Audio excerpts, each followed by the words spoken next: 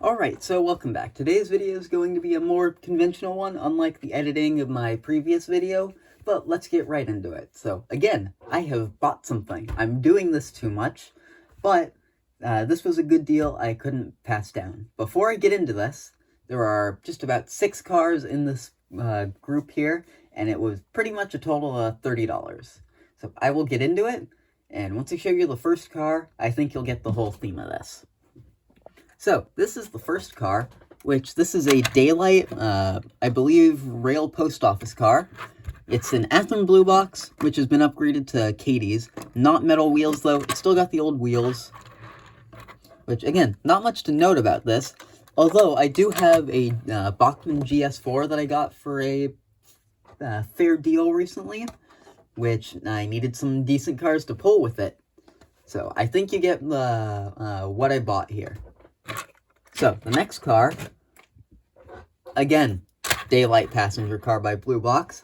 This one is a baggage car, which, again, same upgrades.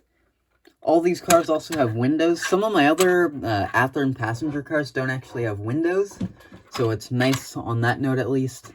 There's not much to say about these cars.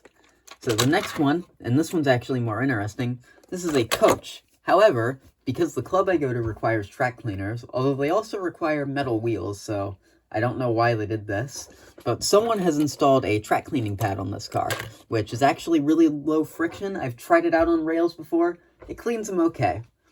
Not much to say, but it is something interesting. Might help keep my layout a little bit cleaner, and it won't put too much strain on the engine.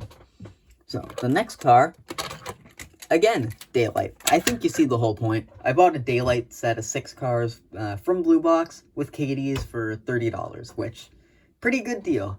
This next one, I believe is a sleeper, just based off the window configuration, as I've been told. I could be wrong. Again, correct me if I'm wrong. I'm not an expert on this stuff for passenger cars, which, again, not much to say about it. And then the next two, if you could have guessed, more Daylight. This one, if you can tell, is a dome car. I believe these ones really aren't accurate to Southern Pacific. Athearn Bluebox made, I think, this whole set based off shortened versions of Santa Fe passenger cars. So this is a Santa Fe style dome. And these cars are shortened so they can really easily get through 18-inch radius curves, which is why they look so interesting, but I guess it works. Which, again, not much to write home about. No interior in here. Katie's again. And lastly, to finish off the train, if you haven't guessed it, it's an observation car. Again, the exact same as everything else. So I get the whole set lined up here. Alright, so I've got the whole set lined up here. So now, why don't we get these hooked up to my GS4 and run them around my sort of layout. Alright, so I've got the entire train set up, which I think is more than enough Daylight cars for me to need. So, let's get this train on the roll.